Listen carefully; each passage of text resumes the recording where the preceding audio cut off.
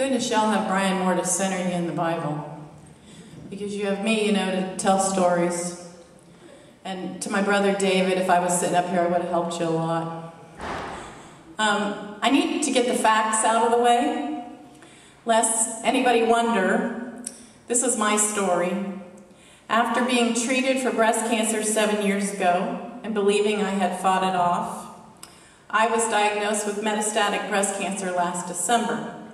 I have triple-negative breast cancer for which there is no cure. As a former English teacher, that triple-negative just never made sense to me. Since double negatives have always been no-nos for readers and writers in my class, triple-negative seems to be just something that would negate itself. My treatment involves trying to arrest the growth and spread of tumors. Cumulatively, I've had close to 40 chemotherapy treatments. I've had 28 days of radiation to my chest and 20 days of radiation to my right eye. I tell you this because I think you need to know the background. I remember when I started this all over again, I met a woman who introduced herself, not by her name, which was Laura, but by saying, "Oh, I'm the one who's had 144 Taxol treatments." And I remember thinking, there is no way. But as the weeks go on, I am competitive enough, as you know, that I just might try to beat Laura's record. So Mike Bruce, our lay leader, would have loved it if I'd been able to give him a clearer picture, much like my friend Brian, of my message earlier this week. So this is bits and pieces. It's ironic that Laity Sunday is during Breast Cancer Awareness Month. So here I stand before you in pink. And as if you weren't aware enough, as I watched the Oregon Ducks take on Washington State in their pink helmets last night, I did think that if Phil Knight and the Nike organization could spend their money on research rather than on 348 changes for Oregon uniforms, we might have a cure for cancer by now. I sure am grateful for all the attention being paid to breast cancer detection and research. Why, if you go to Kroger's, it looks like the Pepto-Bismol bottle has been turned upside down. But sometimes, even I wish I was colorblind. When I was diagnosed first 7 years ago, I was very afraid. Some of you know this. I had 3 children, one who was in high school. I had a lot of sporting events, choir concerts, and graduations left to attend. I didn't handle it very well. I was blindsided. I was angry, was self-isolating.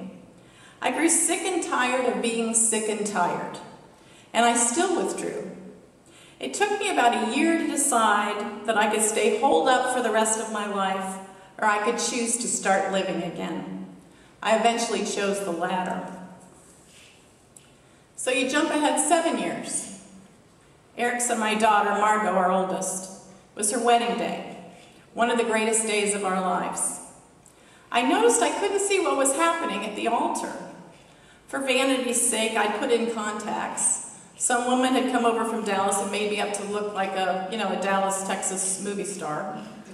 Maybe I picked up an infection, I thought, although my eyesight had been 20/20 just a few weeks before that. An eye oncologist confirmed that I had a tumor behind my right eye, and a PET scan showed that I had 3 tumors in my lungs.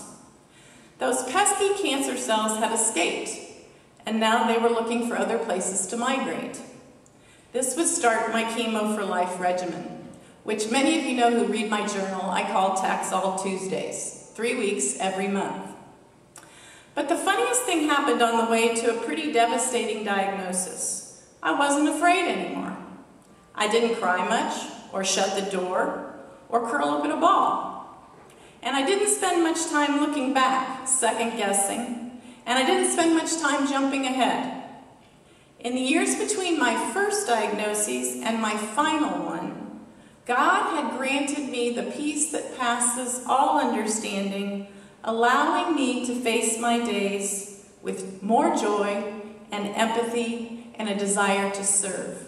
It was a remarkable transformation. One thing I had to do was change my attitude, and this was framed beautifully by author Regina Brett.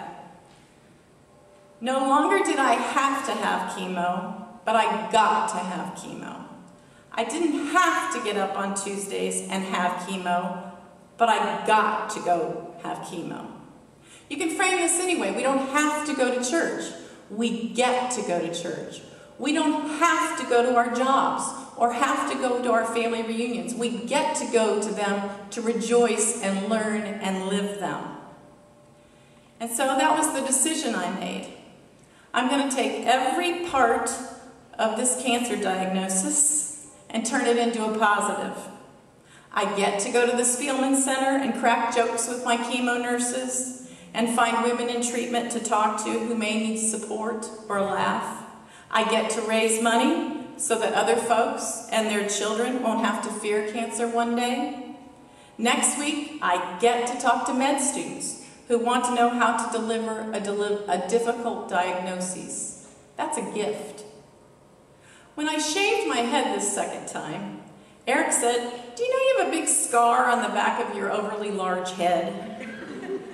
So, remembering only a very few details about a second grade mishap, I asked about it on Facebook. And lo and behold, people who knew me in my hometown of Marion described in great detail how I had cracked my head open doing tricks on the jungle gym 48 years ago. I bet I had 30 fun memories from that day in second grade. So I turned it around. I didn't have to shave my head the second time. I got to, so I could ignite these fun, shared memories.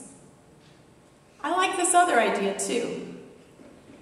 None of us should or have to quit before our miracles happen. Don't ever give up. Sometimes we don't even know when a miracle is occurring in our own lives, in our everyday lives. And sometimes the miracle isn't the one we were exactly asking for, but it's a miracle nonetheless. God is working in all of us. When we are sick or healthy, even when we have losses that threaten to take us under, the one who knew every hair on our head even before the day we were born is working a miracle of change in lifestyle and of thinking and of faith in all of us. And remember this next piece. Life isn't always fair, but it's always good. That every day provides yet another chance to be, like Brian said, a blessing to others. Even if it's just one person and one kindness. And I look out here and I see, not to be political, the points of light that have filled my heart with kindness every day of my cancer journey for 7 years. That is the richest gift, and you all possess it. Because I'm able to, this is the good I find. I wake every day and say, sometimes yelling out my downtown window, sometimes just in a whisper, "This is the day the Lord has made. God, let me be glad and rejoice in it." Just by reframing the day this way, beginning that day with a grateful heart, I am choosing a healthier outlook. An attitude of gratefulness instead of sour grapes. See, I read the message this week, Carrie. Maybe that was last week's. I picked that out of this week's scripture just so you know I was listening. But just that attitude of gratefulness instead of sour grapes, it can change everything. And another thing that you get to do with cancer is you get to slow down your life enough that you can go inward. You can explore your faith and really talk to God. If you've been reading my journal, you know that one of my spiritual heroes, whether you like her irreverent style or not, is author Anne Lamott. Because before this, maybe still, I am the ADHDer of prayer.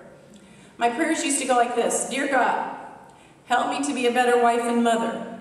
Please don't let my son John do something stupid. Can you be around when Margot takes her driving test? And by the way, I need to make a dentist appointment and call the plumber to fix the toilet." That's how my prayer track used to go. even as I listen to Carrie call us to regular meditative time. But Anne Lamott's last book title, not necessarily the content of that book, which I would recommend as well, is what finally condensed it all rightly for me. Help, thanks, wow. Who can't do that?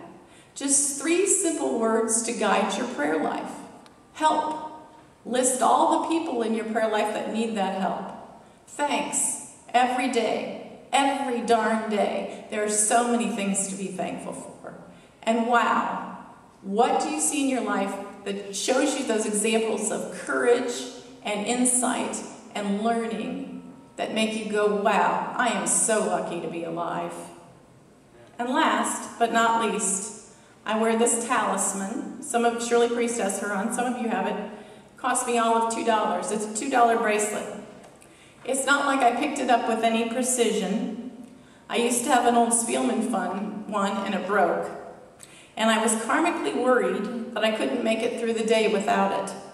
So I drove at breakneck speed over to the James, and I picked the one with the least objectionable phrase on it. And as some of you know, it became one of the biggest comforts in my life.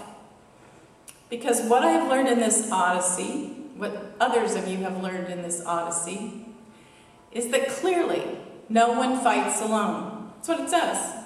That all of us carry heavy baggage from illness, or family history, or relationships, or financial or mental health issues, and they are all real and all painful. But when you allow yourself to experience the love and compassion that is community, that my church family, you all, and so many others have granted to me, then the fight is so much less brutal. It's so much less mind and soul battering. Because we are here for one another. God has put us here, and it is He, more than any other, who is picking up the sword and battling our demons with us. It is God who is leading the charge and saying, do not be afraid. I am with you always. And no one fights alone. Thank you very much.